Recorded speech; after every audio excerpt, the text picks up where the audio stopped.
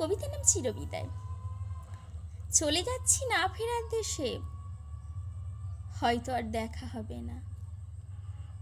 তবে আমি জানতে পারলাম জানো, মৃত্যু ছাড়া কেউ যে আপন না। কোনো একদিন সকালে হয়তো ফুটে উঠবো তোমার বাগানের গোলাপ হয়ে। পরম যত্নে তখন আমায় রেখো ফুলদানিতে সাজিয়ে।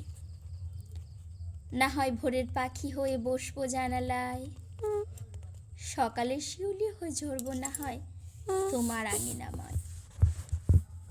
ডায়েরির ভাঁজে রাখা আছে তোমার দেয়া গোলাপ, আজ অবশ্য তা শুকিয়ে গেছে, তাতে নেই কোনো সুবাস।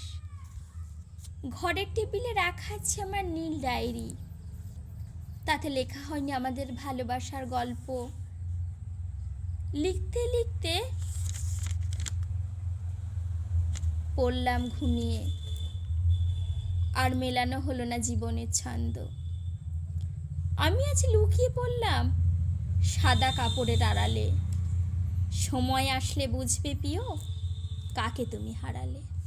নমস্কার। কণ্ঠের বাজরা, কলমের ভাজরা।